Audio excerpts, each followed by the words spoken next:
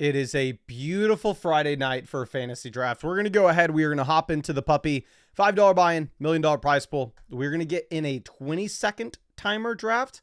Now, if you are new to Underdog, I would highly recommend you getting into the 30-second timers, as 20 seconds, as you'll see in this draft, is going to freaking fly.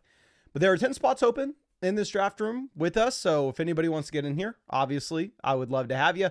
Maybe you can take the big Q at the 101 if that is up to you. I'm not going to tell you what you should or should not do. And if you're wondering, oh, okay, well, how do I get out here and actually get to these streams early enough to start hopping in these drafts? One, we're going to be doing a bunch of drafts every single night, so you can kind of come in whenever. But two, if you want to be in the first draft with us every night, just make sure you hit the bell next to the subscribe button. If you hit that bell, YouTube will let you know when we're live, and you can make it. Typically, we're going to be live around 8 p.m. Eastern, but I'm not the most professional guy in the world. I'll be the first person to admit that. So I may or may not be a couple minutes early, a couple minutes late, depending on the day. But thank you, ladies and gentlemen, for joining this draft with us. We got Sebastian in here at 6. We got Master Shake in here at 4. Vinny all the way over here in 12.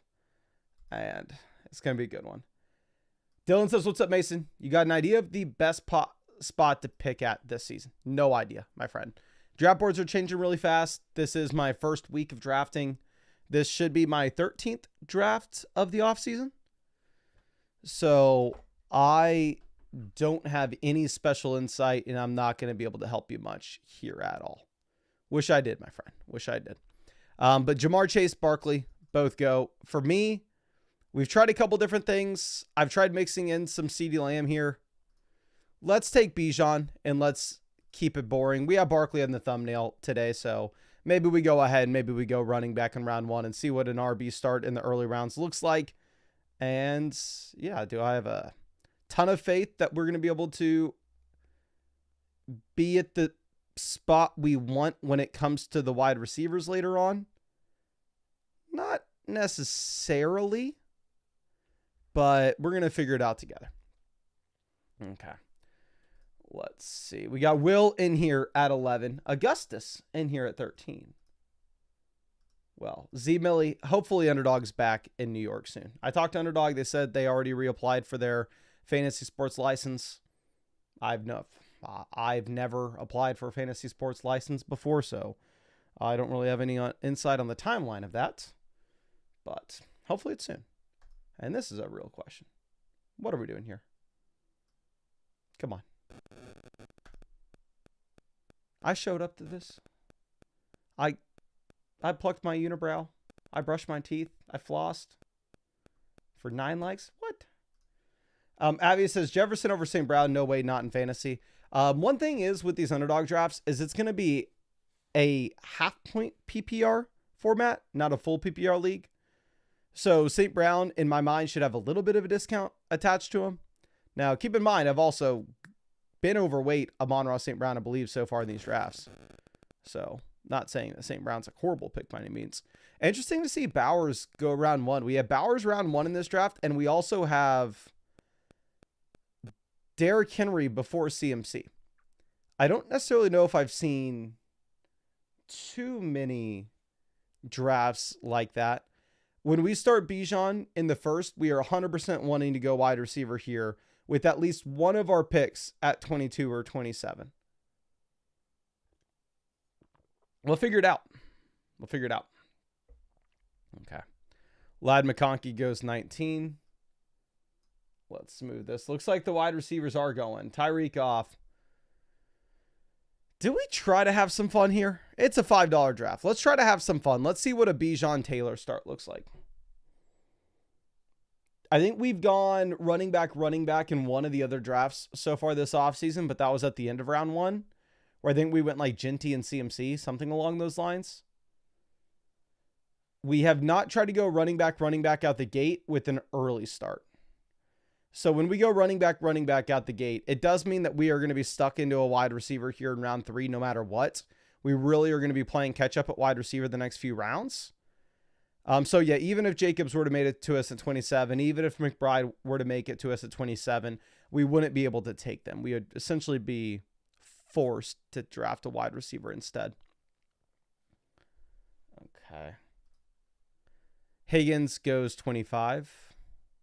Yes, and we are rocking with the wine glass for our water today. I am Garrett Wilson versus JSN. Interesting. I think Wilson's a better receiver, but I think JSN has more passing volume in his offense. So if we're looking at stacks, they're important regardless of what your fantasy football format is. Big reason is only one team in your 12-team league is going to win. You have an 8% chance of winning. More likely than not, you're going to be a loser.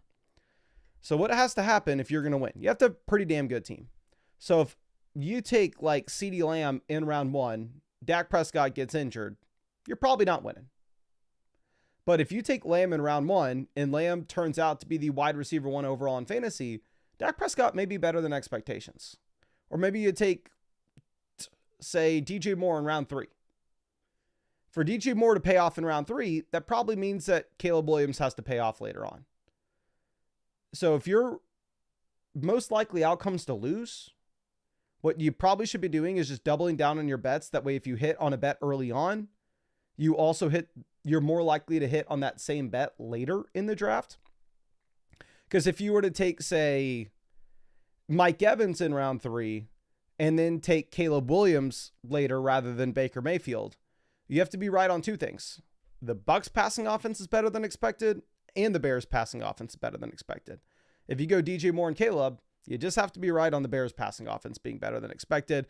And then also, it does go into the week-to-week aspect of Underdog in a large field tournament like this, where it's $1 million prize pool, $5 buy-in.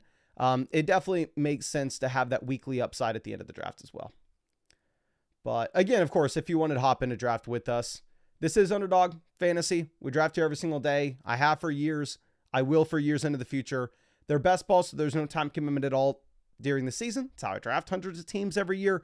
And if you wanted to join a draft with us, which we're doing every night, you can find that link in the description, comment section, live chat. Code FLOCK will hook you up with a 50% deposit bonus up to $1,000.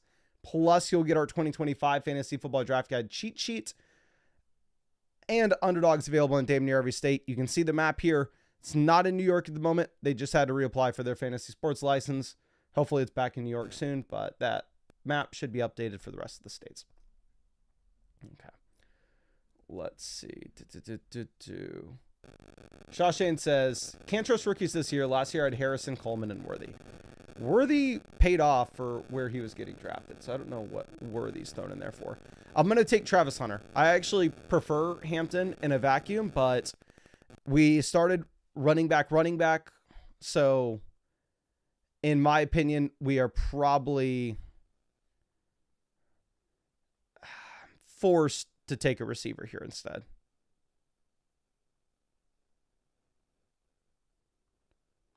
And I think if Hampton's going at the 4-5 turn, like if Hampton goes pick 48, what that tells me is I shouldn't start running back. If I can get Hampton in the early 5th in some of these drafts, I think I'm probably better off instead deciding to go in the direction of maybe CeeDee Lamb round 1.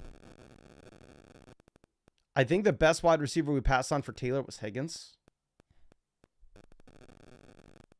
Okay, let me know if y'all hear static or if the microphone's off. And we'll just take Jameson here too. Again, we're just wide receiver after we go RB at the beginning. This is Underdog, so we can capture some of the upside here. So people are saying the mic's making static. All right. Let me try to fix this for y'all.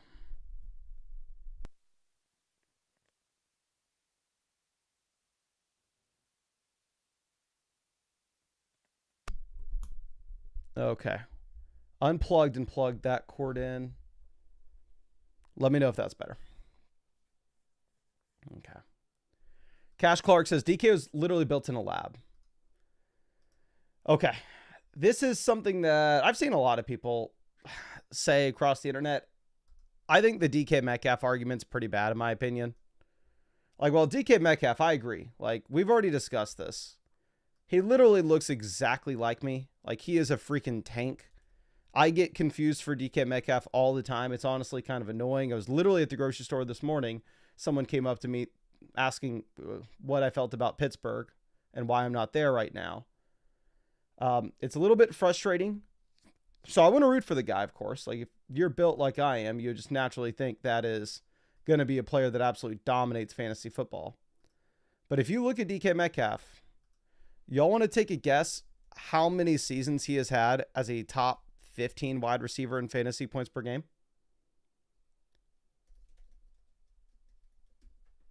Like, please get your guesses in. How many seasons has DK Metcalf had as a top 15 wide receiver in fantasy points per game?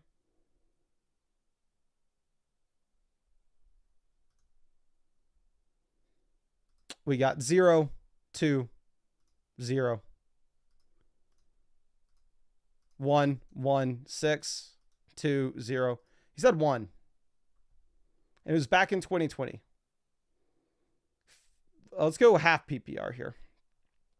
Half PPR in 2021, 12.2 fantasy points per game. 2022, 10.7 fantasy points per game. 2023, 12.0 fantasy points per game. 2024, 10.5 fantasy points per game. So, yes, he looks real cool. But if you're trying to score fantasy points, he hasn't exactly done that.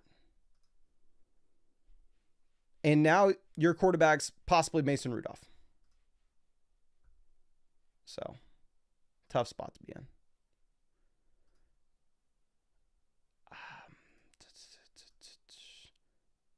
Vadim says, how many seasons has Jonathan Taylor been 20% owned by Mason? Too many. Too many, my friend.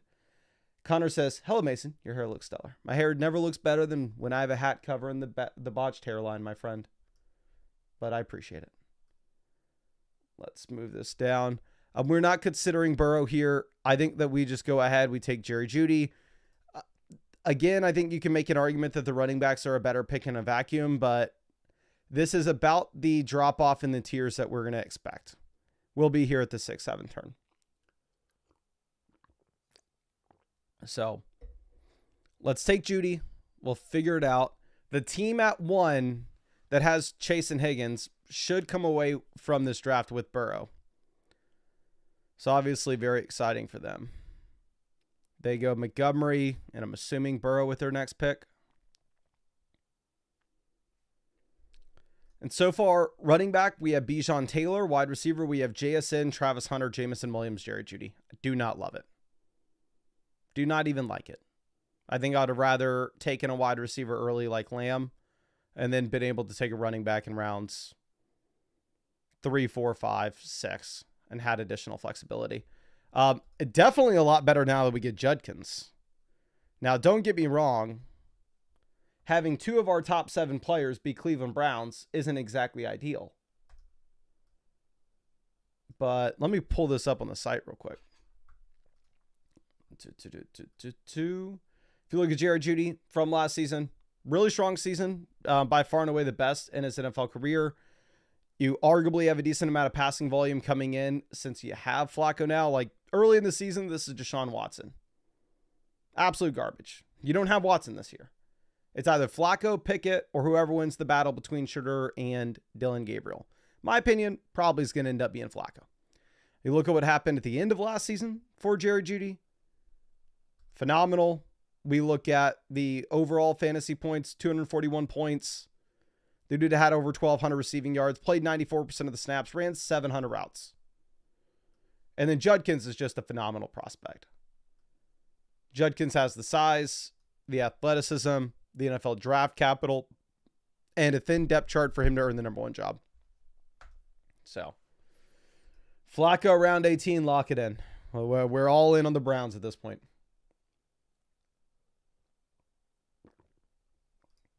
Sebastian says that's insane to get Burrow there.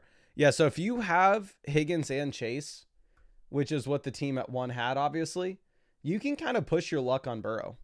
Since Burrow's not going to have the rushing upside, most people that don't have Higgins or Chase will pass on him in favor of maybe getting a stack for one of their own players. So obviously it's a little bit risky. Like we drafted T. Higgins at the 102 in, not the 102, but it was like the 302, whatever it was, in the 2 slot yesterday. And we tried to wait to get Joe Burrow at pick 71, and somebody took him right before us at pick 70. Which obviously that's very frustrating when it happens, but if you can get Burrow to slide like this team does, and you're in a great spot. Let's move this over. Andres says, awful draft by Vinny. Why are you flaming Vinny here? What has Vinny done? Brian Thomas, Flowers, Jennings, Ayuk, Lamar, Henry, Flowers. So he's just gone all in on Baltimore? I don't know how Vinny has a horrible draft. I don't know if I would agree with that. Now, what the hell am I supposed to do? I don't want to Ibuka.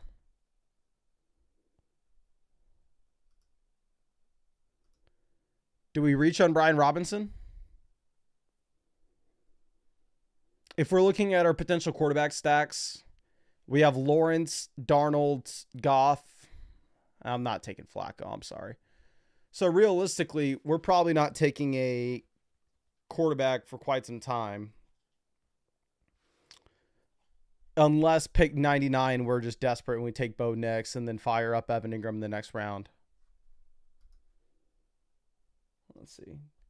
JT says no notification. My friend, make sure you hit that little bell.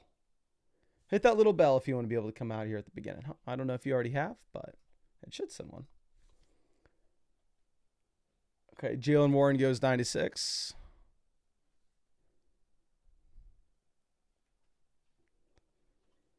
The thing with Ibuka is I love him as a prospect. I'm just afraid that his ADP is going to settle in like the 10th, 11th round.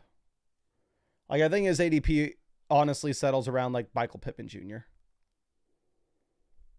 So like I would like to, like, I don't mind taking Ibuka here. We could try something really weird and go Pacheco and call it a day and not draft another RB.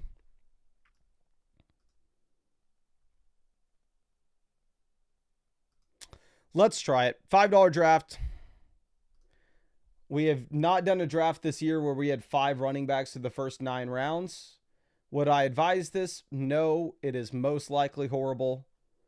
But again, the big thing that we are doing when we're in these drafts in May is practicing in the $5 draft. So hopefully by the time we start getting in the $500, the $1,000 drafts, we feel comfortable going in pretty much any direction here. And in terms of just raw fantasy points, I think Brian Robinson and Isaiah Pacheco crush everybody else in this range at wide receiver and running back. So we'll get them. We are done taking running backs. Everybody can know that in this draft. I'm fine with it. Does not matter if Najee Harris makes it to us and pick 180. We can't take him.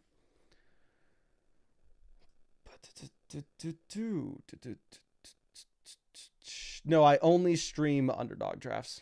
I've only streamed underdog drafts for years, and I will only stream underdog drafts for years. Hashtag brand loyal.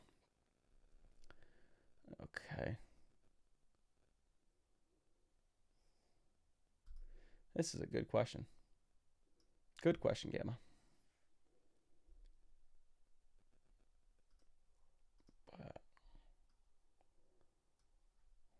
Bo Nix finally off the board, 106. Will be interesting to see where like the Caleb and Baker ADP lands.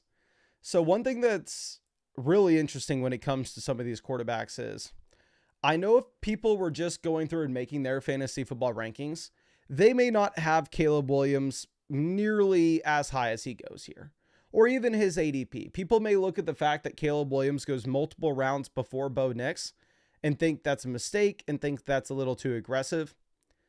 But when you're looking at a quarterback like Caleb Williams, there will be so many stacking options with guys like DJ Moore, Roma Dunze, Luther Burden, Loveland, have rushing upside in his own right as well.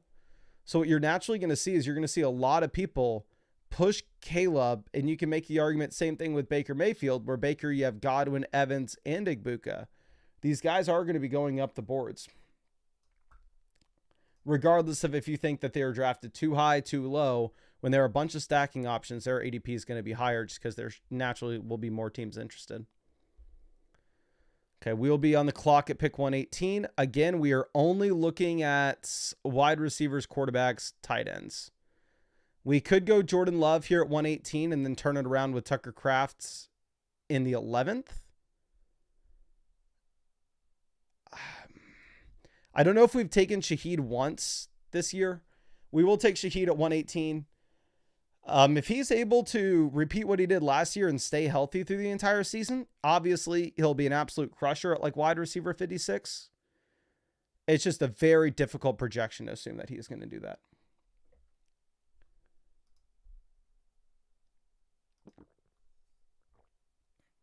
And I think with our next selection, we should be getting a tight end or a quarterback.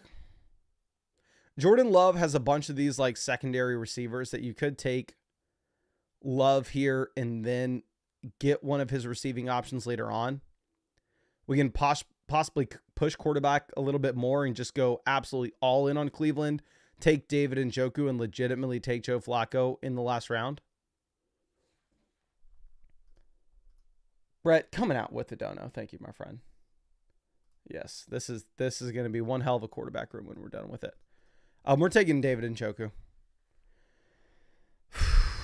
We're legitimately drafting Joe Flacco on this team. We're taking Flacco, and who else will be our quarterback? Hopefully Lawrence falls. I guess that's the hope. Legitimately is Lawrence. Because right now, running back, we have Bijan, Taylor, Judkins, Brian Robinson, Pacheco. Should have a ton of points at running back. Again, first time trying to draft 5 running backs for the first 9 rounds, seeing how it's going to go. Wide receiver, we have JSN, Hunter, Jameson, Judy, Shaheed. Tight end, we have David Njoku. So, call me a Cleveland fan. Brett says $5 for every time you say Texas sucks. I went to the University of Texas. Austin's my favorite place ever. But if you will legit give me $5 every time I say Texas sucks, we will do a 24-hour live stream of me just saying Texas sucks over and over and over again. My loyalty can be bought. April, happy to see you out in the stream with us again this year. Cash Clark, I think probably Cup is cooked. Like if you go ahead and pull Cup up, you just have the consistent downtrend here. I mean, 95% of snaps down to 91%, down to 86%. Target shares remained okay. But my thing with Cup is McVay's going to know him and the situation way more than whatever I could gauge. And if the Rams coaching staff thought it would be a good idea to move on from Cup and bring in Adams, I don't think it's a great sign. Okay. Nick says, I will say almost anything for $5 every time I say it. Brett, Texas sucks, my friend. Texas sucks. But yeah, if you could guarantee $5 straight to the bank, I would say anything. Anything, literally. Basic Sports says, who do you think will win the finals this year? I'm in LA right now for the girlfriend to be working on a movie. We're going to take Trevor Lawrence, stack him up with Travis Hunter. We get really lucky to have Trevor Lawrence make it to us at 142. Kind of saves this team. So I was hoping it was going to be the Lakers. I was hoping. But Brett, I guess let me know. Are you an A&M guy or are you an OU guy? What's the deal here? Teague says Geno and Darnold sleeper league winners this year. JT says Texas doesn't suck. Second and ranked to Florida. Only other state I've ever lived in is Florida. Seahawks fan says, would you rather have $50 million or a book on how to make $100 million? I would assume that the book would not be real. So I'll take the $50 million, my friend.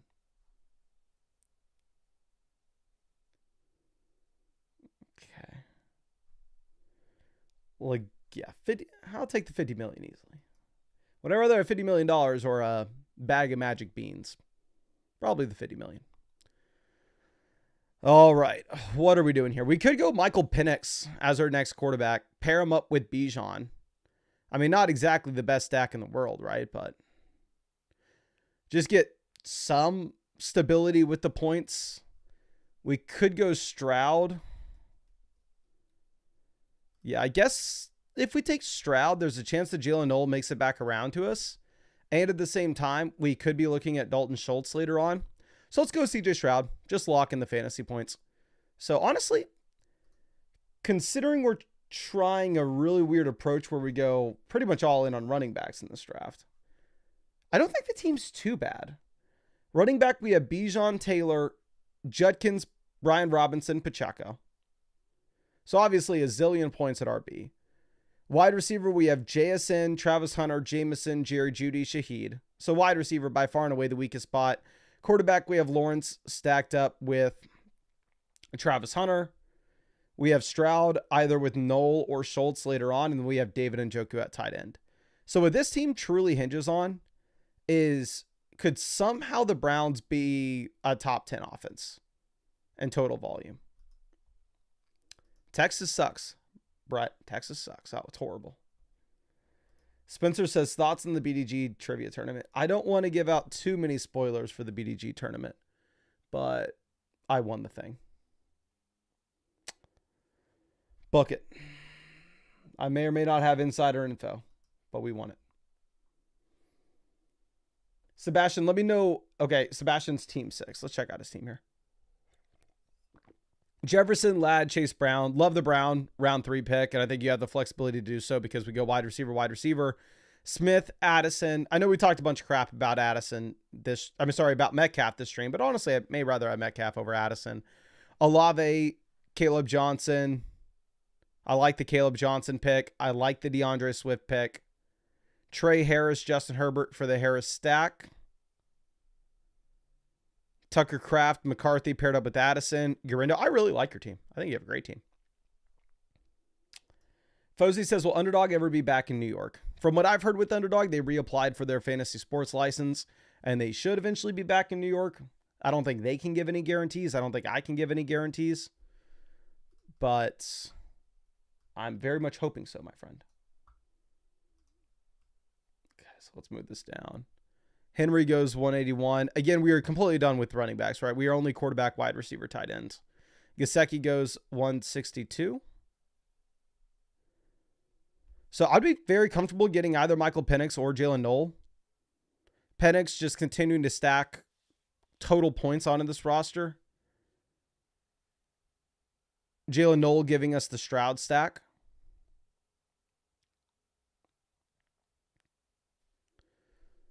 Okay, Tolbert goes. So we're going to take Michael Penix, pair him up with Bijan, and just get the total fantasy points. Big thing is this team here at the end only has one quarterback. They have drafted 3 rookies. They only have 4 receivers, so they're likely to take Noel as well. Honestly, the correct decision would have been for us to take Jalen Noel, especially now that we see him go immediately after.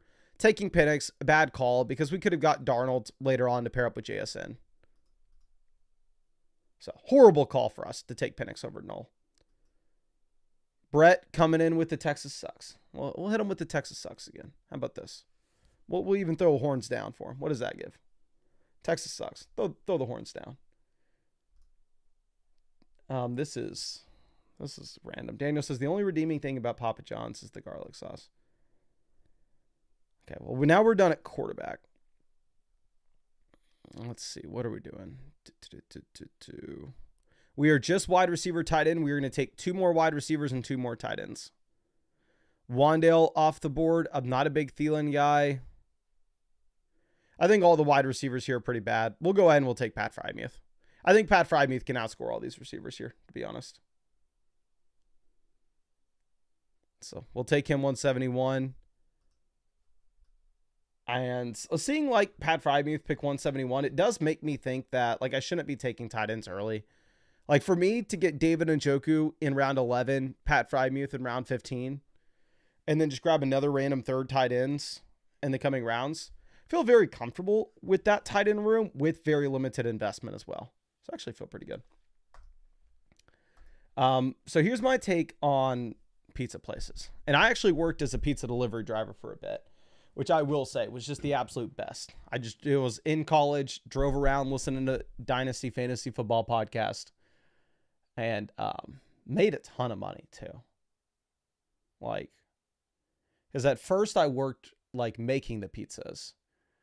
Then like a driver didn't come in. They asked me to be a driver for the night. And then I was like, oh, okay, sure, I will. Did it. And then it was like New Year's Eve or something like that. It was like some big deal. I was home for Christmas, so it was probably New Year's Eve. And I got tipped like $20 right away. And I was like, holy crap. This is what I'm doing from now on. So my hot take with the chain pizza places though, and I worked at Marco's Pizza. It was great. Is I think they're all the same. Like you give me a pizza from Pizza Hut, Papa John's, Domino's, Marco's Pizza, insert chain here. Everything but Little Caesars. Obviously Little Caesars is worse. But they're all about the same.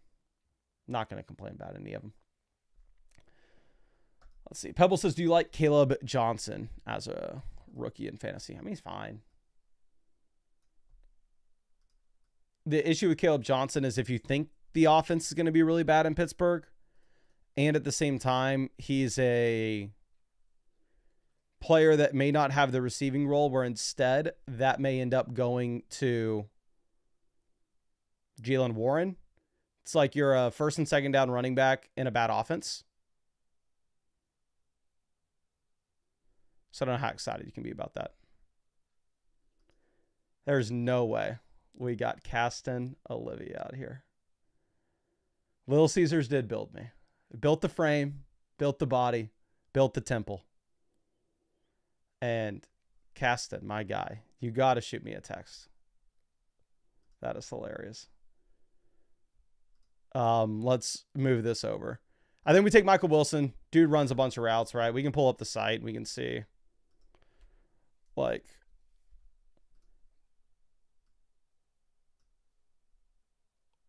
the man had 490 routes last year. Dude's a straight bomb, 1.1 yards per out run. But it's not like they bring anybody in Arizona, so at least he's going to be out there playing. Maybe he gives us 1 to 2 usable weeks. Again, most likely he's horrible, but pretty much everybody is in this range. And I can't believe we got caught talking down on Little Caesars. An absolute disaster class from yours truly. Superstar says, hey, Mason, do you take bye weeks into consideration drafting on Underdog? We don't have the bye weeks yet. So typically in the tournaments, I don't take into consideration bye weeks unless it's like a high stakes tournament anyway. Isn't a high stakes tournament. Typically you won't have to be shooting for the highest ceiling possible in weeks 15, 16, 17. But in like the large field contest, I don't really care too much. I got to take on Severance. I'll give you on a second. Let's see. Are we going to go 80 Mitchell? Do we pull the trigger on our third tight ends? Let's just take 80 Mitchell.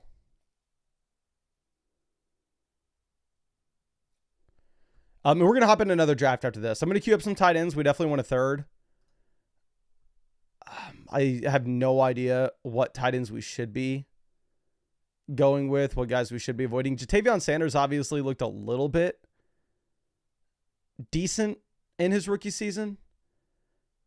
With the injury with Jatavion Sanders, is he good to go this next year? Because if he's good to go, I feel completely fine about taking him. We'll go Terrence Ferguson, get the round 2 NFL draft capital. I feel like taking Cole Kmet here is almost like taking Michael Mayer after they take Bowers. Maybe not the exact same. Maybe mix in a little bit Ben Sinnott, and then sure, we'll throw Cole Kmet. But let's hop into another draft. That draft was decent. Let's get in another puppy, and then we can do a Best Ball Mania after this.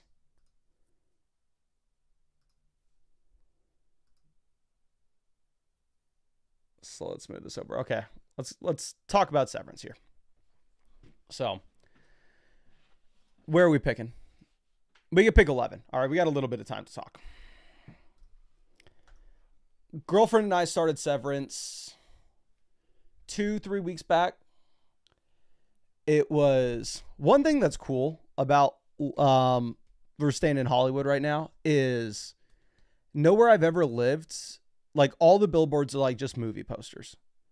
And they're all movie posters and they're all like TV show posters. So there's Severance stuff all around Hollywood right now. And we started watching it like 2-3 weeks back, maybe 3 or 4 weeks back, whatever it was. Season 1, phenomenal. The season finale of season 1 was one of the best episodes of TV I've ever seen in my entire life. It was incredible. And with season 1, what made it so good is like the big 4 characters, all of them were likable. You wanted to root for all of them. Like the 4 characters working in the office. I don't remember their names. I'm not good with names. But then season 2 came. And the issue with season 2 is they like try to follow all the characters that I didn't care as much about. So, I don't know. Season 2 I thought was worse than season 1. Season 1, especially the finale. The finale of season 1 I thought was one of the best TV things ever. Mark, Irving, Dylan, and Heliar. That's what it is. But yeah, if you stopped watching out the first couple episodes, I'd start watching it again. What we've been watching, and we're only in Hollywood because she's working on Happy Gilmore. But we'll be back in Texas soon. But Bean is in here with us at pick 10. So we're going to be in a tough spot. Master Shake is in at 4. Turtle in at 8. Mr. Pickle Hut Fader. I've seen your name 1,000 times. I still don't know why I can't say it. In here at 6. We were talking about Severance. But the other stuff we're watching right now, we're watching The Last of Us, which we just watched episode 2 of season 2 of The Last of Us. Insane, if y'all are watching that. We're watching The Studio. I really wouldn't recommend that. I'll let you know if it gets any better, but so far it's not great. And well, I guess and then we're mixing in a little bit of Righteous Gemstones. But once we get back to Texas, I'll probably be in a spot where I just can't watch anything anymore. But I'm watching as much as I can right now. Okay. We got Bean in here on the clock at 10. He's going to choose to leave us. He takes Neighbors. St. Brown's already gone. So I guess that means we're with Nico Collins. Again, we had a Best Ball Mania team make it to the finals last year. Nico Collins absolutely crapped the bed. So not going to sit here and act like I'm super excited to take him. I do have a little bit of a vendetta against Nico, one would say. And then we're going to take CMC. Again, with McCaffrey, we've pulled this up 1,000 times. But if you head over to the site, you'll see that very binary range of outcomes. The dude's either the running back 1 or the running back 2 in fantasy, or he gets injured. The RB2, the RB1, the RB33, RB28, RB2, RB1, RB67. And if it's a $5 buy-in, $100,000 to first place, again, we have to acknowledge the fact that 99% of the time we're losing. 99.99%. So if you tell me that I can make a pick in round 2 that has a 50% chance to be a top 2 running back in fantasy, it's a pretty damn good pick.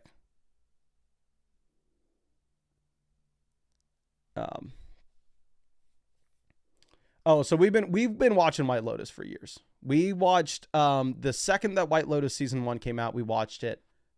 Great. Season 2 White Lotus second came out, of course we watched it. Great. Season 3 White Lotus was all right, not bad, but it just frustrated me that now the White Lotus is super big and everybody was like watching season 2 when season 2 was so much worse than the first 2 seasons. Yeah, Righteous Gemstone's good. Righteous Gemstones, the issue with it is like it's just a lot. Like it just gets a little tiring after a while. But mixing in the Righteous Gemstone's definitely good. But let me know if y'all have any other show recommendations. Boris says, did you know about the game for The Last of Us? I knew it was a game. I didn't know. I had never played it, and I didn't know what happened in episode 2, season 2 until I watched it. So we were very shocked.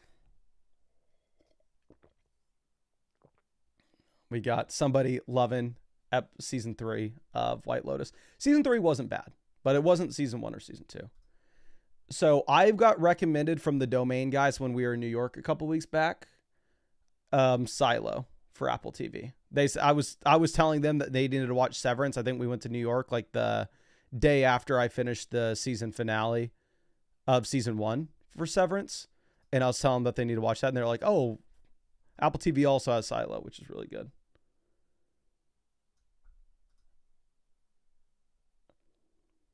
But yeah, so we got recommended that. I think that's maybe on the next list, the list of what to watch next. Okay, so Rashee Rice off the board at pick 32. That team goes with St. Brown, A.J. Brown, and Rashee Rice. Chase Brown, I almost said Chris Brown, goes off 33. Chris Brown going off 33 would have been a very interesting pick. We'll take Devontae Adams, kind of the last tier that you're going to be looking at with these receivers. And this gives us the ability to take like either Lamar Jackson or Breece Hall on the way back around. But I feel like we needed another wide receiver here. If we don't get Lamar and Breece, honestly, my third option is probably Worthy. I think I would rather have Worthy over DJ Moore this season.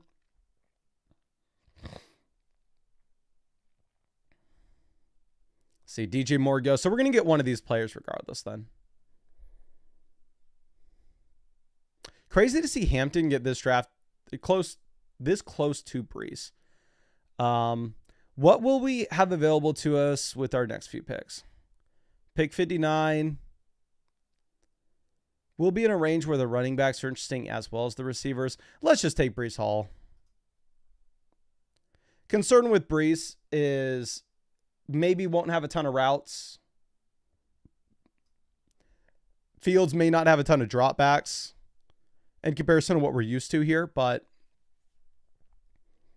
it is what it is. Charles says, good morning from Thailand. And just about to watch the series soon. Well, you got to watch it. You got to watch it. Teague says, Mike Evans retires after Travis Hunter shuts him down. Adams with Stafford. Top 5 movies.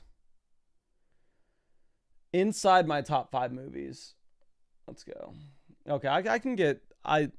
It's very hard to go top 5 music. I mean, top 5 movies. Top 5 musical artists is easier. Top 5 movies that have to be on that are the most quotable movies ever. Dumb and Dumber and Benchwarmers.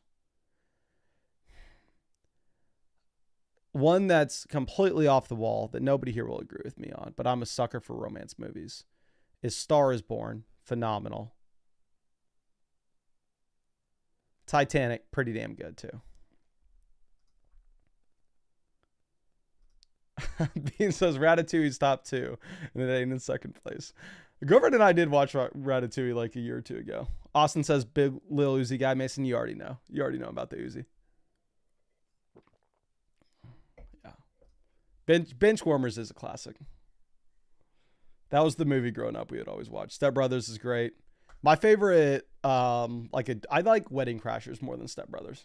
I think Wedding Crashers is they're both amazing. But if I had to go like adult comedy that Will Ferrell's in, so I'm going. I've never seen Irishman.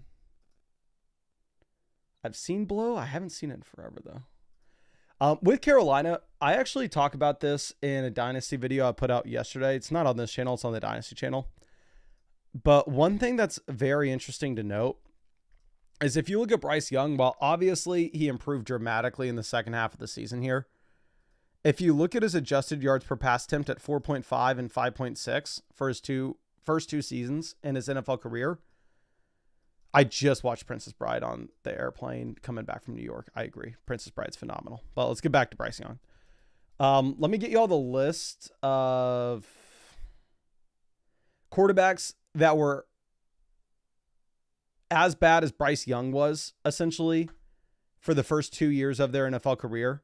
And honestly, some of these guys were better than Bryce Young. The thresholds I put were you had to have less than a 5 adjusted yards per pass attempt mark in year 1. and less than 6 adjusted yards per pass attempt mark in year 2. And the list is Bryce Young, Kenny Pickett, Zach Wilson, Justin Fields, Blaine Gabbert, Mark Sanchez, Kyle Bowler, Joey Harrington, David Carr, and then Joey Harrington again for whatever reason. What I would say with that is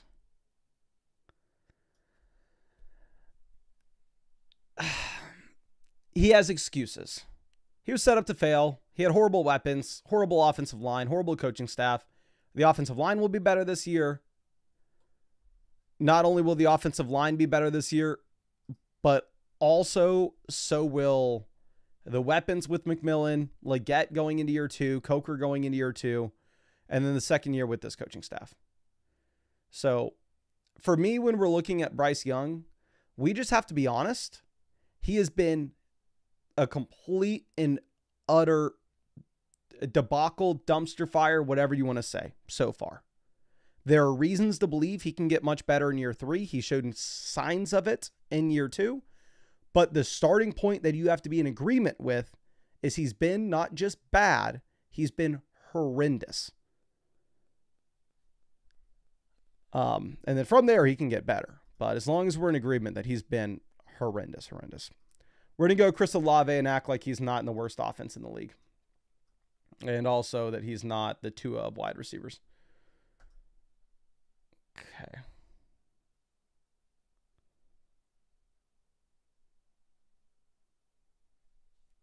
Let's move. Jay Phonics says Harvey's going to be a top 12 running back. Thomas is in for Anchorman. I'm not as big on Anchorman. Like,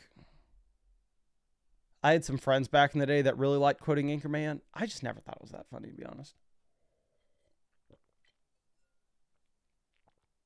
Let's move this back. So my thing with T-Mac is, well, I can sit here and say that maybe Bryce Young's been bad and blah, blah, blah, blah. I just think Tet McMillan is such a good wide receiver. The prospect profile is incredible. And also, I'm not a believer in like 34-year-old Adam Thielen. Leggett fell flat on his face and was a poor prospect to be drafted in round 1 anyway. And I think Jalen Coker is kind of nothing. So I think McMillan can absolutely dominate the target share in Carolina. I think he's a great receiver. The difficulty is you do have to believe in Bryce Young. Yeah. That's a good quote, Nick. The Benchwarmers, just like Dumb and Dumber and Benchwarmers for me, the reason they're so good is every line is quotable. Like throughout the entire movie. That's why I think Dumb and Dumber's, in my opinion, may be the best movie of all time. Because there are so many quotable lines.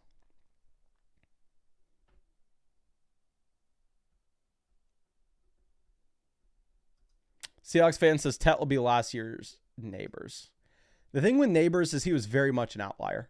For a wide receiver to put up that type of production in a bottom 5 offense, Neighbors is like the first guy to have done it in like 15 years. And what it took from Neighbors, and we can go ahead and pull this up, and Neighbors is a very special player to get this done. And this is why I did not think Neighbors was a good pick at the 2-3 turn in underdog drafts. And despite that, he comes out and he's the wide receiver 6 last year. He was just fine at that price point. He had 35% of his team's targets. 35% target share. Absolutely insane. We're going to go Hawkinson. Ooh, shoot. At tight ends. And I think we need to grab a receiver. The difficulty with this is all the wide receivers are bad at this point. And it makes me wish we didn't even take Trevion Henderson, but going back and looking at the alternatives of Trevion, maybe we could have taken Godwin. DeAndre Swift off the board. We already have 3 running backs. Love the Swift pick. I don't necessarily know if we could have gone his direction. We will take Cooper Kupp. Again, we have seen the consistent fall with Kupp. I am concerned with the Rams deciding to move on and bring Devontae Adams in instead. But can I sit here and act like Darnell Mooney's the savior of this team? No. So we'll take Kupp. and hope that he maybe has a little bit juice left. Okay. T. Jameson says, I heard Mason didn't win the Flock League maybe this year. All right. Our pet sets are falling off. It's a good one. Daniel says, I've only seen Dumb and Dumber once. Got to watch it again. In my opinion, Dumb and Dumber is a good enough movie to not just, like, it's a movie that's good enough to rent. Like, to go on Apple TV or to go on Amazon, wherever you rent movies and rent. It'll be worth the $3, in my opinion. Okay. Ray says, these drafts look so awfully quick. Yeah, so this is a 20-second timer.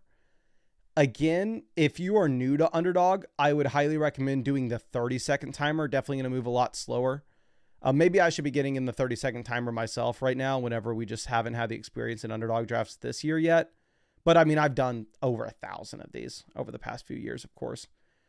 And, again, we'll be doing these every single night. So if anybody here wants to get in another draft with us, it's on Underdog. Links in the description. Links in the comment section. Links in the live chat. Code FLOCK will get you hooked up with a 50% deposit bonus up to $1,000. Plus, on top of that, we get our 2025 Fantasy Football Draft Guide cheat sheet. And Underdog's available in damn near every state. You can look at this map here to see if Underdog's in your state. It's not in New York at the moment. They just had to reapply for their New York fantasy license. Hopefully, I can update this map soon for y'all. But, yeah, be super happy topping drafts with y'all as we're doing these every night. And if you want to make sure you're in the live stream, just hit the bell next to the subscribe button, and that'll help you out. Okay. Let's move this over.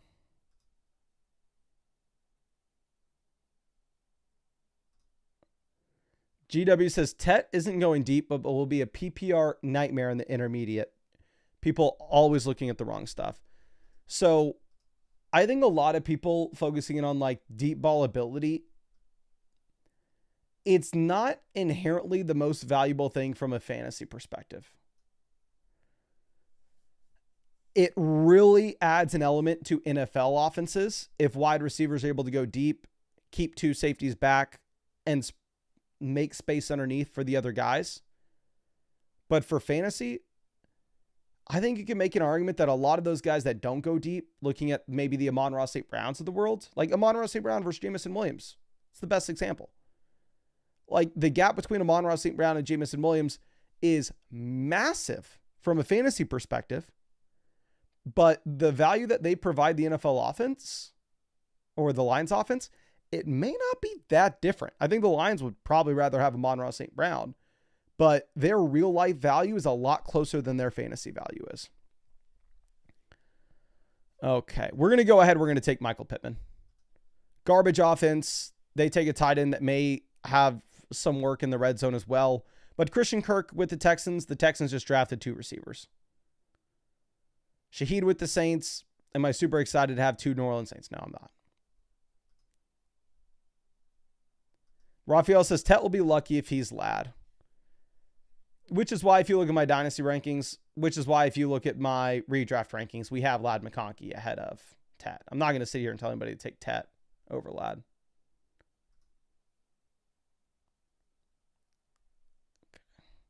John says Dumb and Dumber 2 was bad. Issue with Dumb and Dumber 2. And Dumb and Dumber 2, I'm going to stand by. I don't think it was that bad. I wouldn't fault you for saying it's bad, but I'm not going to trash it. Will we take Jordan Mason? I don't love Jordan Mason here. I understand the thought process of people going with him, just saying, what if he is a committee back in Minnesota and then you get the inherent upside if anything were to happen to a 31-year-old Aaron Jones? So I understand the thought process with people liking Jordan Mason. I'm not super in on it. Here's what happened with Dumb and Dumber 2. They just took the exact first movie and tried to copy it one for one. Same structure. Same pretty much everything, but a couple different jokes.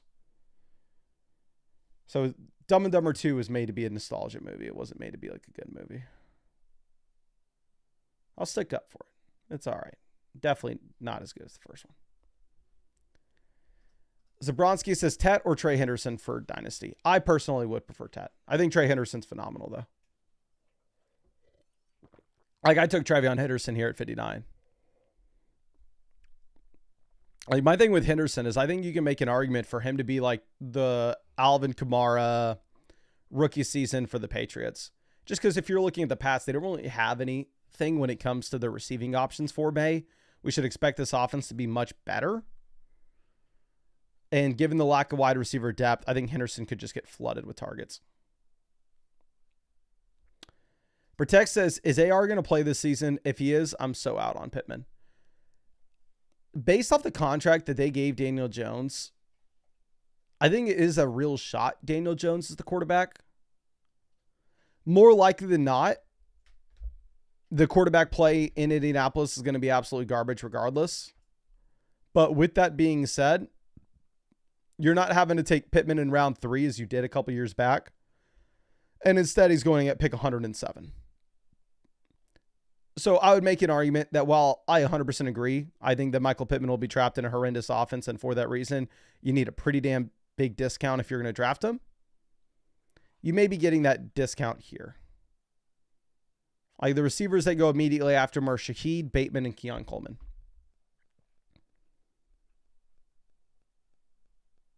Okay. April says, what sequel is as good as the first one? Toy Story 2 is pretty damn good. My girlfriend was here. She would argue that Shrek 2 is the best movie ever. I would say Shrek 1 is probably better. But good question. In the chat, what I know everybody thinks Godfather 2. We got 1 vote for Spider-Man 2. 22 jump seat. Toy Story 3 is best. Paul says Lord of the Rings movies, but Shrek franchise is close to it. I think the original Shrek is arguably one of the best movies ever made. Like the original Shrek is phenomenal. Okay, Hollywood goes. I was actually going to consider Hollywood here. We actually may take Drake May. We can go with like a DeMario Douglas super late, but we also have Henderson. And again, we went through and made the argument for Trevion Henderson primarily be centered around his receiving involvement in this offense. So I think that there should be some correlation here.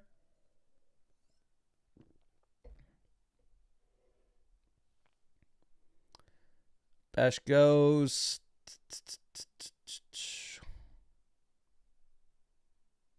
We will take Stroud too. We're going to take both May and Stroud to pair up with Nico and Trevion.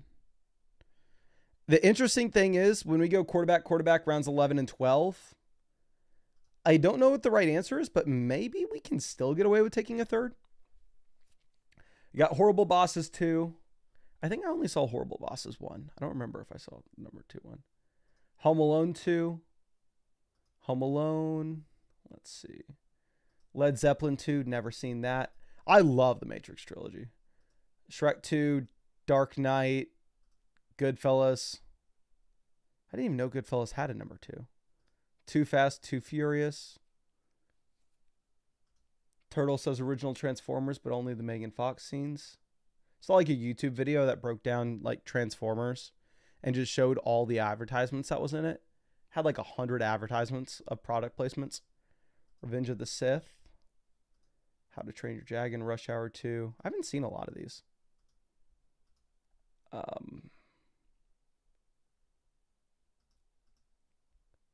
Empire Strikes Back.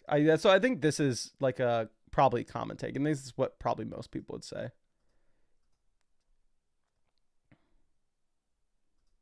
I didn't think Dune was too good. You know what movie's really good is Eternal Sunshine of a Spotless Mind. If we're gonna go Jim Carrey movies. Oh, the original, not the original Ocean's 11, but the first Ocean's 11 with like Brad Pitt is one of my favorite movies ever. Interstellar's phenomenal. Okay. I don't think I've ever seen Terminator, to be honest. Turtle saying, how do you feel about the team at 8? Let's check this out. Team at 8, St. Brown, A.J. Brown, Rashee Rice, Travis Hunter. Then he goes Kenneth Walker, Laporta, Pollard, Brian Robinson, Goff. The Goff double stack with St. Brown and Laporta. Again, I just took so much Laporta in round 4 last year, but maybe in round 6 this year, it's a better selection. Andrews 113 I like. The only pick that I guess Christian Kirk should have been a big value here based off ADP, right? So maybe you just take the falling value with Kirk, and then the Lawrence pick at a decent value to pair up with Hunter. I like that team. I like the team a lot.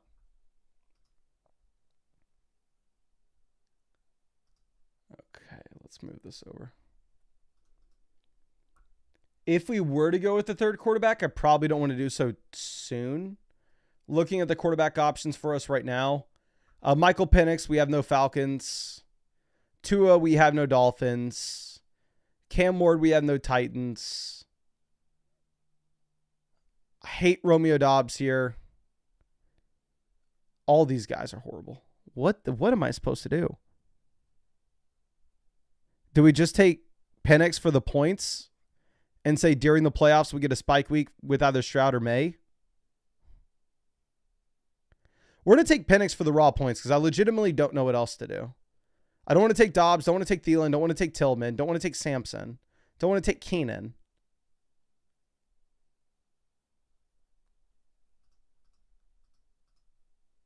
So who do we go with? Do we reach on Braylon Allen?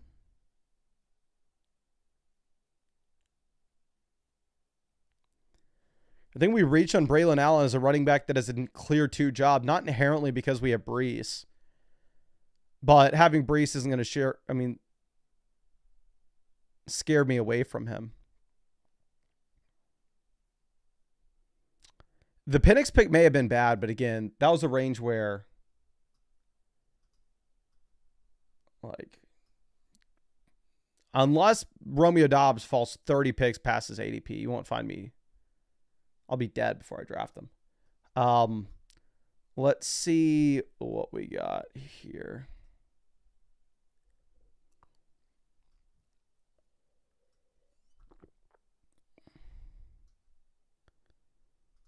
Romeo Doubs, best season of his career when it came to the efficiency with his yards per route run at 1.82. And I guess the best season of his career when it came to his target share at 19.7. Obviously is injured, so actually the total numbers go down. Looking at spike weeks, you have a week with 19 points, another week with 19.9, a week with 17.4. So maybe not the worst thing in the world. Let me look at the updated Packers depth chart. The issue is they just have so many receivers.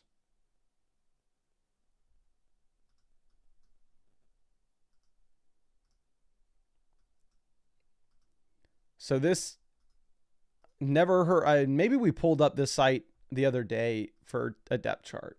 I'd never heard of them before. I have no idea if or how credible they are. This is ourlads.com. They have Jaden Reed, Matthew Golden, Romeo Doubs, Savion Williams, Christian Watson, Dontavian Wicks. Like, reasonably, they have 6 wide receivers of note.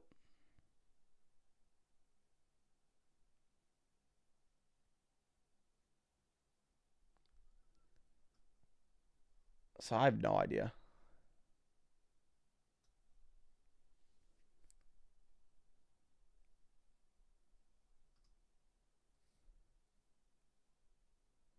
We got Walren, another Eternal Sunshine fan.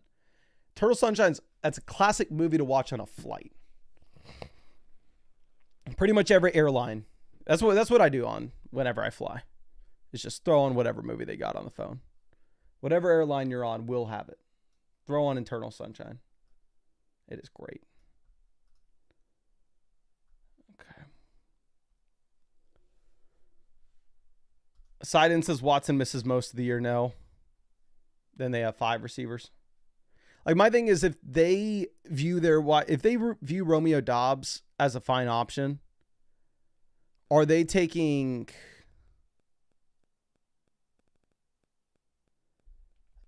a wide receiver round 1 and then also following it up later in the draft? And it may be a low volume passing attack.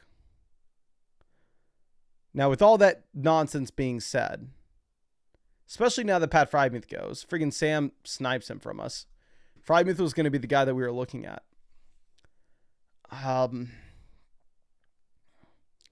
It was still probably a bad decision to take Michael Penix. Because if we could have got Stafford at 179 to pair up with Devontae Adams, clearly that is a significantly better pick. We're going to take Keenan Allen just because what the hell else am I supposed to do? We need another receiver. Elliott Manor, I think this is going to be somebody that's close to undrafted by the time the season rolls around. Maybe Keenan ends up signing somewhere. Maybe Keenan signs with the Cowboys. Not saying it's going to happen. Not saying it's likely. It's my first time drafting him. If we thought it was going to happen, we would have taken him a lot more than this.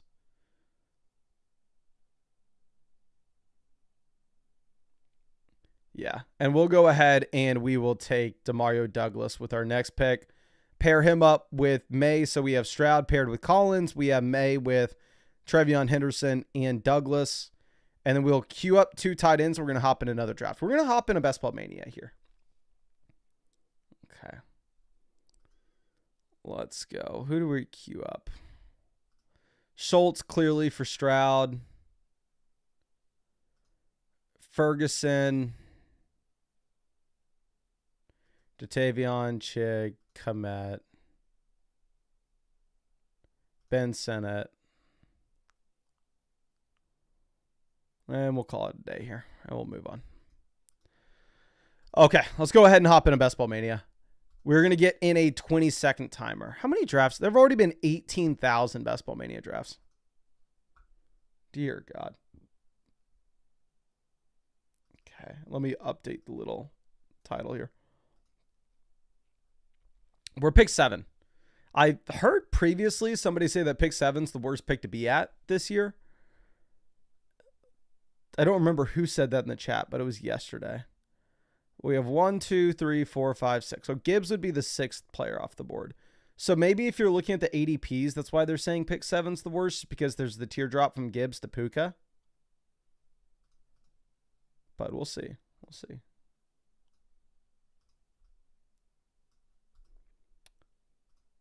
Sahil out at the 101. Happy to draft with you. Sergio says got pick Lamb at pick 7. Oh, I would love pick 7 if we're going to get Lamb. Mr. Picklehut, I'm sorry, we already I'm sorry we moved on. Daniel says, what is best ball for the uninformed? So best ball is like fantasy football with no time commitment at all during the year. So I'm going to draft this team and never look at it again. Maybe I check in on it if it's in the playoffs. Maybe I don't. If y'all only draft like 1 or 2 underdog teams, obviously you can check in on yours more often. I'm just going to draft 100, so it'll be hard for me. But you don't submit your starting lineup any week. At the end of every single week, it's all done for you with your highest potential starting lineup. So say last year you drafted Quentin Johnston with your last pick, and then he randomly has a week with 2 receiving touchdowns.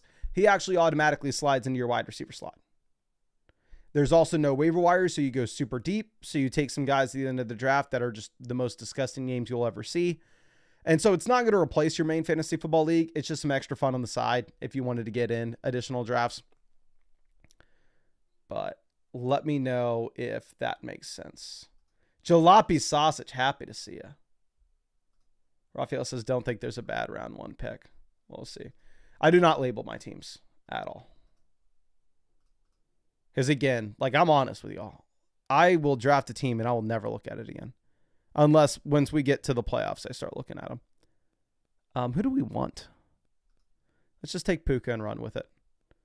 Going back over, I know I've showed this a couple times, but the crazy thing with Puka is... Where is it at? 4.07 yards per route run. 2.71 as a rookie, 4.07 as a second-year player. 30% team target share when he played last year. Insane. No waiver wire. So that's why you draft so many rounds. Bron James says, I feel like you would win more money if you did the non-tournament on Underdog. Definitely if you wanted... So obviously how it works, it's the same thing with like any game structure like this. Same thing if you entered a poker tournament. There are drafts on Underdog that aren't tournaments. You can get in a draft with Underdog where it's only like 11 other people. And the prize money stays in that 12-person draft. And in that instance, you'll be much more likely to win money. Let's try going wide receiver. Let's take Ladd here. Like if you stay in just the 12-person drafts, you're going to be much more likely to win. But with that being said, you can't win nearly as much, right? This is $2 million for first place. And maybe once upon a time I got lucky and won $150,000 on Underdog. So maybe I'm delusional enough to think that I can come close to doing that again. I did get a team into the Best Ball Mania finals last year, so we were one good week away from maybe having another massive win. But regardless. But again, these tournaments where there is $2 million up for first place, you have to contextualize it that there'll be like, I don't know the exact number, but a small percentage of the field that wins a lot of money and a large percentage of the field that loses a little bit of money. And that's just the natural structure of tournaments.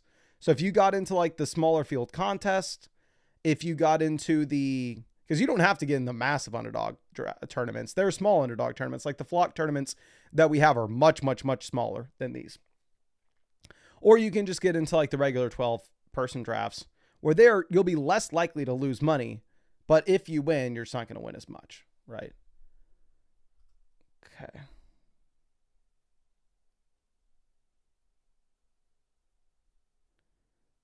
Let's see. Cash Clark says, thoughts on Chipotle, top 2 restaurants, and it's not 2. I think obviously Chipotle is decent. When I was in college, it was a lot better. Here's what's better than Chipotle, depending on the location. Because what's interesting is like with fast food places, casual dining, whatever, is it Chipotle, Chick-fil-A, no matter what it is. You go to a Chick-fil-A and you order a meal, it's going to be the same no matter what Chick-fil-A you go to. Like the quality control usually with these places is pretty damn good. However, one of my favorite places, Cava, the quality control is horrible. You go to one Cava and it's the best thing you've ever had and 10 times better than Chipotle. You go to another Cava, the management's horrible, whatever it may be, the food's trash. So, if you find a good Cava, that's a place you can go to nonstop. And I'm sorry, Chick-fil-A is not overrated. Chick-fil-A is phenomenal. Chick-fil-A is like fast food that you can eat and feel good after you eat it. Hemsey says, as a former Chipotle grill cook, it's actually up to the cook. See, Chipotle, I feel like they got their quality control on lock. Like there have been times, what's going to happen? Garrett Wilson goes, so we end up getting Chase Brown. I'm actually really happy with our decision to go wide receiver, if we get the Chase Brown value in round 3. As again, we can go ahead and we can look at Chase Brown real quick. But absolute dominant stretch in the year once Zach Moss goes down. RB4, RB3, RB8, RB9, RB5, RB4, RB22, RB13. Insane. So, super happy to get round 3 Chase Brown, one of the biggest winners in the NFL draft. Would not be surprised at all if he ends up as a round 2 pick. I think you can make an argument to take him over Jonathan Taylor, to be honest. But, yeah, with Chipotle, you go to one Chipotle and go to another one. It's about the same. There have been times I've walked into Chipotle, though, got up to the front of the line and, like, looked at the food that they had in, like, the containers.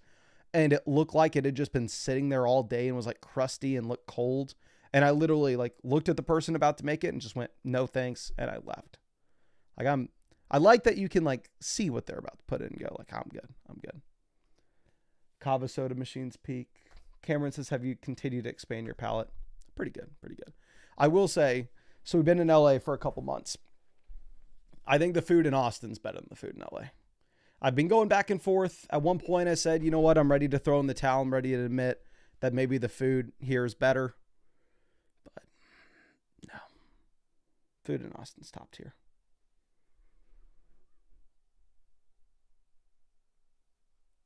Hampton goes pick 40.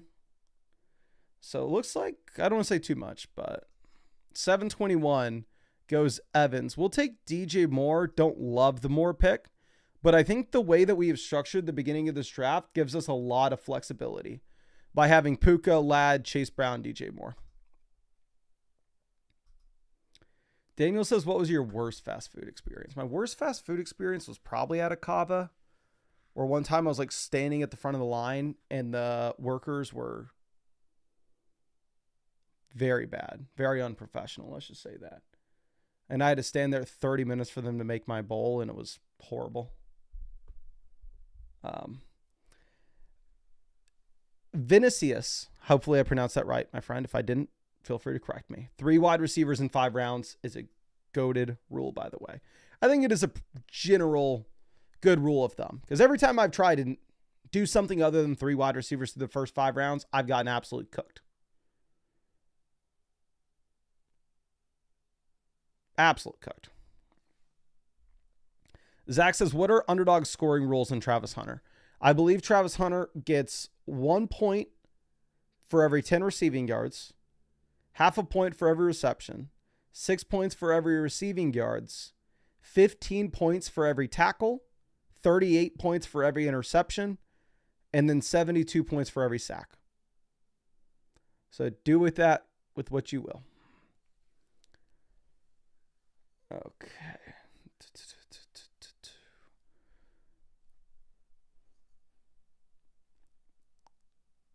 Sutton off the board at pick 50. LeBron says, thoughts on who won the draft this year from a non-fantasy perspective? Like, if we're going teams that won the draft, and obviously I'm joking about Travis Hunter, for the love of God, do not think that's real. Teams that won the draft, I would have to say probably they either were a massive winner or it was whatever if you were looking at the Giants. And it all comes down if Jackson Dart's good. If Dart ends up being good, they won the draft. It's just hard to know. Okay, is this team on auto? This team may be on auto. Yeah, they have, outside of the Higgins pick, I guess maybe the Burrow makes sense with Higgins. I'm going to try going Metcalf here just because if we're looking at what will make it back around to us, there should be some interesting running backs in the coming rounds where I think wide receivers are going to get pretty gross. And I don't know if we've taken Metcalf so far this year. Daniel says, Falcons did well, Browns, Eagles, Cardinals. I mean, the Falcons traded their future pick, right? So if the Falcons end up being absolute buns this year, then their draft may end up looking horrible. It's just very difficult. Like, I mean, obviously I have no idea who won or who didn't. We're going to have to kind of figure that out a year from now. I know that's boring to say, but I wish I was some genius and could know what NFL teams should or should not do. But if I frankly knew exactly what NFL teams should or should not do in the NFL draft, I probably would not be on YouTube. I'd probably be with an NFL team. So that's what I'm saying. Like, if Jackson Dart ends up being good, which I have no idea if he will be or not, but the Giants have the upside to win the draft. We'll see. If the Falcons trading away their future first actually shores up their defensive line and they can actually contend this year, maybe. So I like a couple of the receivers. I think we're going to go Kenneth Walker. Let's take Walker. And maybe one thing I need to revisit is if I loved drafting Sam Laporta in round 4 last year, what's changed and why am I not drafting him in round 6? Is it just that I got burnt and I don't want to go down that same path again? As realistically, the season looked similar. 85% of snaps compared to 84%. 1.79 yards per route run compared to 1.77. The target, I guess the thing is he just didn't run as many routes. Ran 400 routes compared to 500 the previous season. Target share fell. So they were using Laporta more as a blocker last year, and he was running less.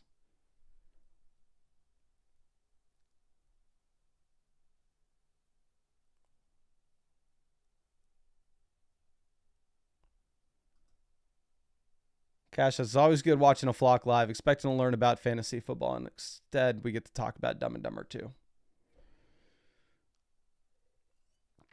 Come on, my friend. We're going to sit here and act like Dumb and Dumber 2 opinions aren't one of the more pressing matters on May 2nd.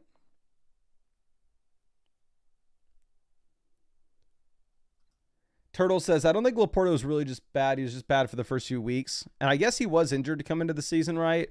So if you do look at this, you know what? Honestly, this may be something I need to make a video about. This is a really interesting note. Look at Laporta's usage running routes before and after the Jags game. 25, 44, 17, 17, 15, 22, 13, 15, 17. Then after the Jags game, that goes to 29, 29, 35, 52, 23, 26, 25. So 100% flipped the script after week 11. The snaps went up dramatically as well. Fantasy points went up dramatically. Target share went up. Everything went up across the board. And even the efficiency was there early in the year. If you're looking at his yards per route run, he just wasn't playing enough. Foss says that's not the bye. That's the bye, not the Jags game. Then on the site, we have an issue because it says Jacksonville week 11. 1, 2, 3, 4. Is the bye not week?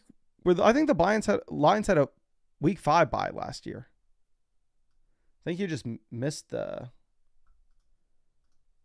Jags game.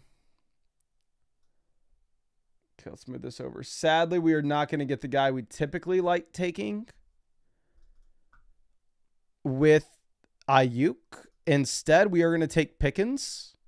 And here's the story we're going to tell with this team. This is how this team turns $25 into $2 million.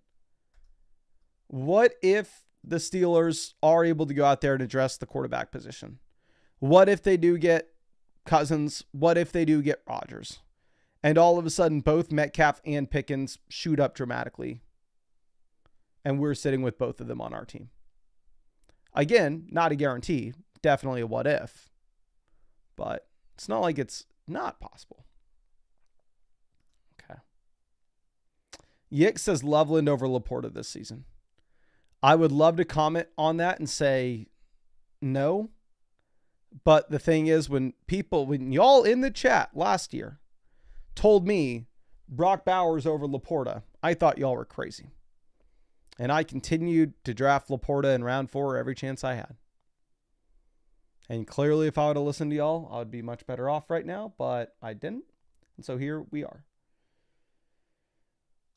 So I don't agree with Loveland over Laporta, but I also didn't agree with Bowers over Laporta, and we saw how that turned out. Okay, Hawkinson goes. I don't want to say too much. I don't think it matters what I say here, though.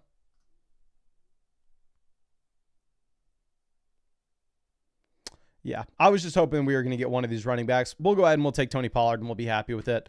Both Pollard and Swift, massive winners this offseason. No competition really added in for either guy. And both offenses project out to be a lot better this year. So getting both Tony Pollard and DeAndre Swift, I think it's very exciting. Judd says Rodgers Cousins with the last pick. I would rather not. I would rather take Herbert, Stafford, and maybe kind of call it a day. Because the thing is, Cousins could come in, have a ton of passing volume, and give us a spike week when we need it for Metcalf or Pickens. Or same thing with Rodgers, and they may not necessarily be the quarterback we need that week anyway, right? So I don't necessarily know if we, like when we're saying like, oh, we can draft Metcalf and Pickens and go the what if they get Cousins, what if they get Rodgers. We don't need those guys on this team for our team to greatly benefit if that does end up happening. We got Danny out here. Happy to see you, my friend. And Danny, let me know what you think with this. Am I crazy to say that Chase Brown could be going ahead of Jonathan Taylor? Would it be crazy to say Chase Brown could be like the RB 1, 2, 3, 4, 5, 6, 7? Could he be the RB 8 in drafts when we get to August? Like, I think that's very much in the range of outcomes. Side-in says, how often do you go 3 quarterbacks or 3 tight ends in 18 rounds? I haven't done enough of these drafts to be able to tell you my tendencies. I'll say, like, through the first 8 rounds, when we only go running back and receiver, it's probably setting up to be a draft in which I take 3 quarterbacks and 3 tight ends, or at the very least 3 of one of those positions. So it's going to be interesting is if this team before us is on auto draft and they auto Fields and they already have, okay, never mind. They're not on auto. Ignore me. Are we going to go Pittman? We don't have Goff for a stack. I feel like this range, Andrews makes a little bit more sense in the case you took Lamar earlier on. The team after us has Caleb, so if they are going to go with the tight end, maybe they go Loveland instead, and we can get Andrews on the way back around regardless. And I think Pittman, you're about to see a tier drop at wide receiver. So we'll go Pittman 103 as our 6th receiver for this team. And then we'll play it by ear on the way back around at pick 114. Herbert will be in play. We have Ladd McConkey. If there's a different player that we really like on the board, we don't necessarily have to go with Herbert. And we can be a little bit flexible with it. Okay. We just had Andrews going. And yeah, that's to the Lamar team, which should be expected. Danny says he was so much more productive down the stretch. 100%. Raphael says, hot take, Chase Brown on the 1-2 turn this year is so much better than Achane at the 1-2 turn last year. Honestly, I may agree with that. Cincinnati's offense projects better now than what maybe Miami's did a year ago. Chase Brown had the volume in the red zone and as a receiver. So I think it's a good take. Obviously, it was very clearly the right call to be taking Achane last year. And I want to give everybody who made that call their credit. But if we are looking at the setup, I think I kind of agree with you. Do we go with an unstacked Fields? We can take Mason Taylor later on.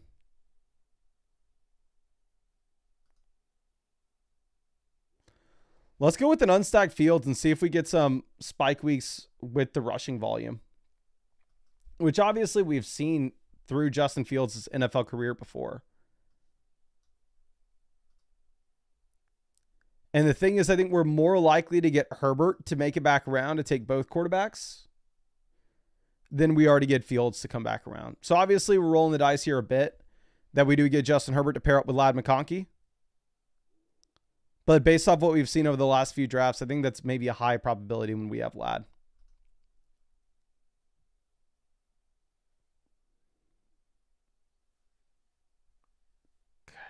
Turtle says JT goes high because he went nuclear weeks 15 through 17.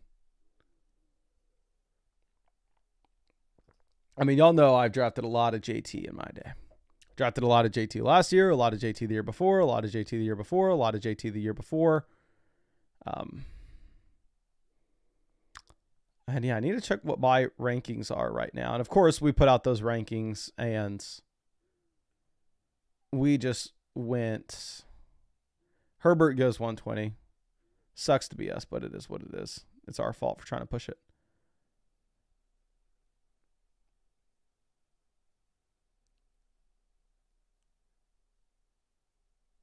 I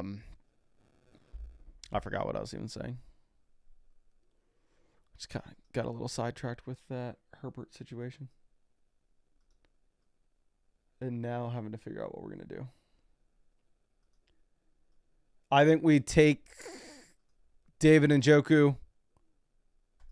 I think he gives a lot of points. I'm not too concerned about the tight end going over to Cleveland.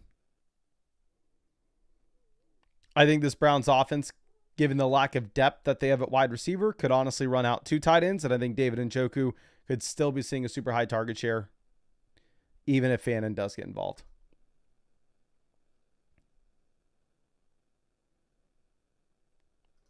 PMA says, shout out Taylor H. Shout out Taylor H. Vinny says, Mason may have missed it, but can you get Joe to add TD? 100%. Joe's working on it, my friend. Don't worry. That is on the list of Joe. We have a running list of everything the developers are working on for the site at the moment, and that is on the list. Don't you worry.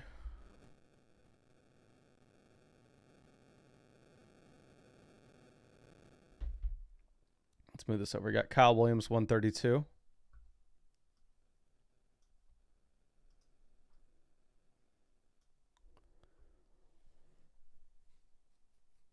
Spears goes 133.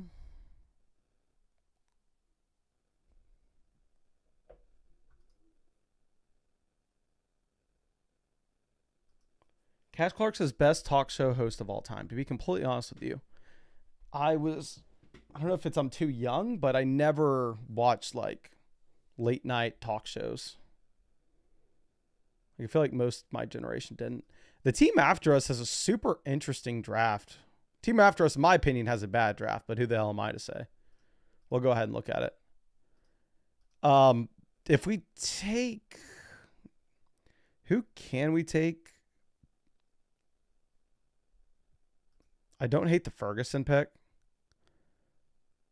The thing is, going back to like David Njoku, taking a tight end on a team that has very limited depth when it comes to the wide receiver core around them. So we'll take Jake Ferguson, 138. Maybe the correct pick should have been Kyle Pitts, because then we could have seen if Penix would have made it back for us. I don't think Jake Ferguson's like a super special player by any stretch of the imagination.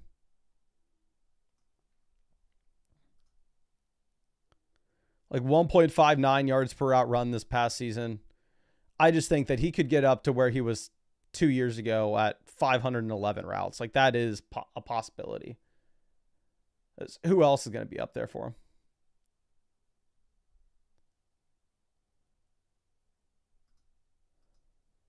Master Shake says, I've heard, this is a good question. Cameron says, is there a Flock app? So there are a bunch of tools that we're going to get y'all on flockfantasy.com over the next few months that we have on the roadmap. Like there are massive, massive updates coming to flockfantasy.com. One of those things being, just because it's relevant to underdog drafts. Again, if you are a mother flocker on the site, we're about to roll out something in May that you go to your account page, you put in your underdog username, you just immediately get $10 and your underdog account, which would be really cool. But we had never done an app. The reason being is Apple takes their 30% cut in apps. However, they just lost a lawsuit against Stripe. To my knowledge, now Stripe can take you out of the app, open up a web browser, and you can convert the sale there, and Apple doesn't get the 30% Apple tax. So we're going to have to look into it more, but that came out earlier this week. So now in the future, yes, the plans are for there to be a Flock app.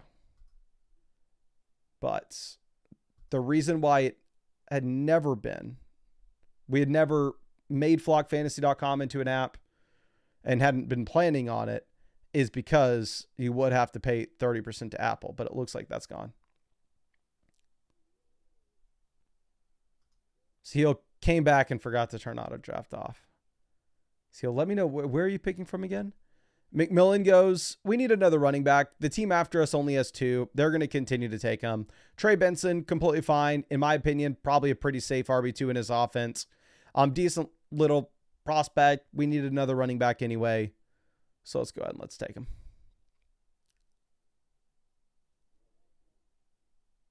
Outside of our quarterback situation where we really don't have that stack we'd be looking for, where we can get Matthew Stafford coming up soon, right? I do think it's a fine team. We get Stafford to pair up with Puka during the 3-week stretch, weeks 15, 16, 17. Maybe we get a spike week from Stafford and Puka. Maybe we get a Fields 2 rushing touchdowns week. And maybe that's how this team stays alive. Interesting to see Isaac Rindo falling like this.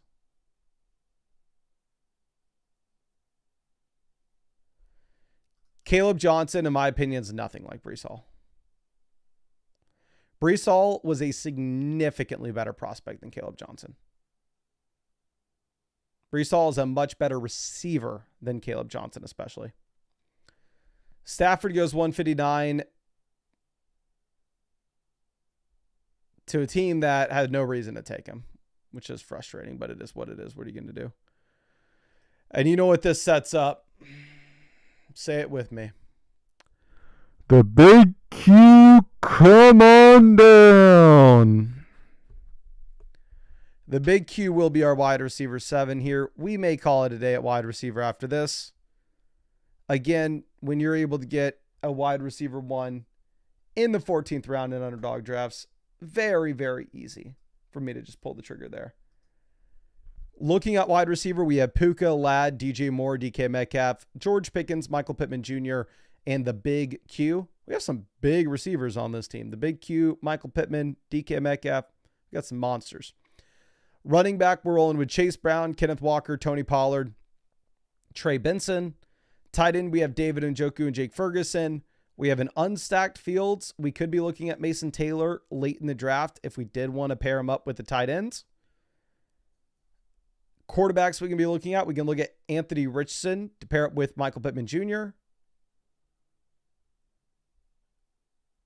And that's maybe about it.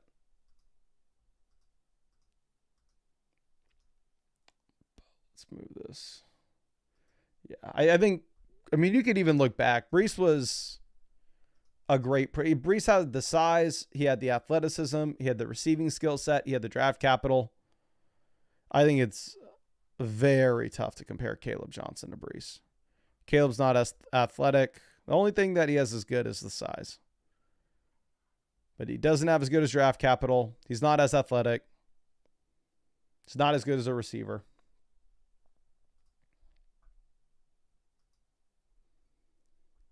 Giddens, Eckler.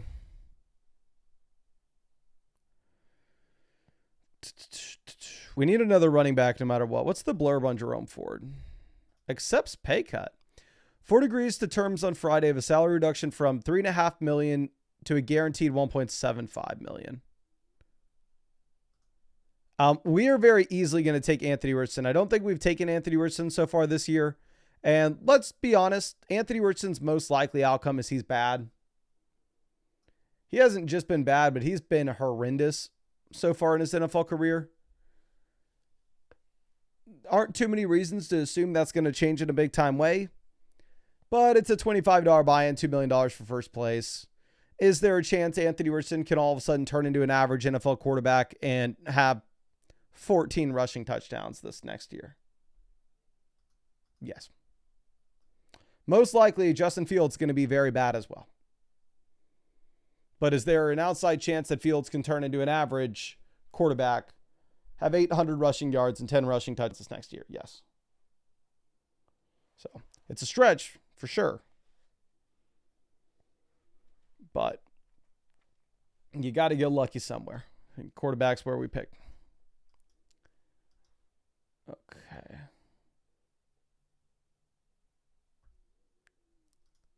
Derek asking Gibbs 2,000 yard season incoming. Total yards 100% Gibbs could get there.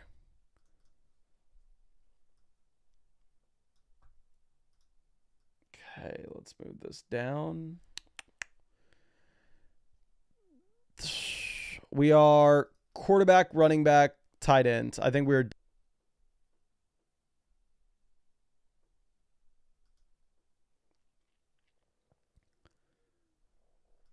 So what do we decide to do?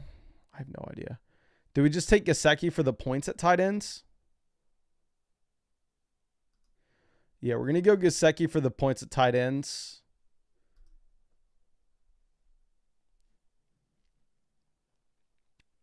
And then quarterback, maybe we do end up going with a Rodgers. And just say, what if Rodgers goes to Pittsburgh? Feels really bad to do it, but we have struck out with everything else.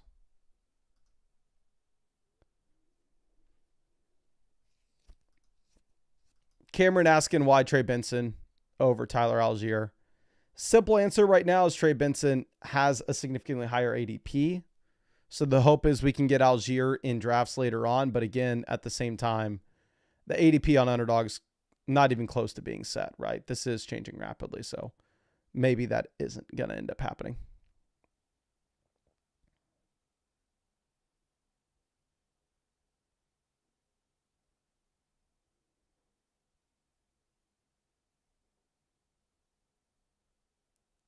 Okay. Alex asking if we can do a Schnauzer next. I only have $3. Want to draft you? Yeah, we'll do a Schnauzer with our next stream. I think this may be our last draft of this stream. So, of course, if you want to come out with our next one, make sure you hit the bell next to the subscribe button. That way you can make it out here while we're still live and not after. And, of course, if y'all wanted to get in this draft with us, I mean, any draft with us, we're streaming every night pretty much. You can find that link to Underdog in the description, comment section, live chat. Code FLOCK will give you 50% deposit bonus up to $1,000. Plus, you'll be getting our 2025 Fantasy Football Draft Guide cheat sheet. And on top of that, Underdog is available in damn near every state. You can look at the map here to see if it's in your state. Not in New York right now. That will get updated very soon. They just reapplied for their New York license. Hopefully, it doesn't take too long. But let me get ready to figure out what we're going to do with our next pick, which I do not feel great about. Blake Corum goes, Marshawn Lloyd, Roshan, and Corum were the three guys that we were hoping we were going to get at running back. Quarterback, who could we possibly go with? All these guys are just straight up bums.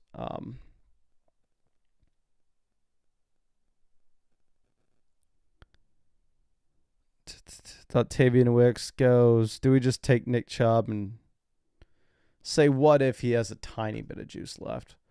We'll go Chubb, and then we are going to take a random quarterback 3, probably Rodgers, and ask what if he actually goes to Pittsburgh and we get that double stack with Metcalf, Pickens. Definitely not ideal. Definitely was not our plan A, but we whiffed on Stafford. We whiffed on Herbert. And really what we need is we need the rushing quarterbacks to come through in a big time way for us. But I think that's all I got for y'all. I really do appreciate you and really hope I was able to help you out in some way with this. And again, I may not be live this weekend. We'll see. The girlfriend actually is going to work tomorrow. So maybe we'll live tomorrow. No promises though. Sunday, we're probably not going to be live, but we will at the very minimum be back on Monday. But thank you. Really do appreciate y'all. And again, really hope we at least get to see you on Monday, but maybe I'm live tomorrow as well.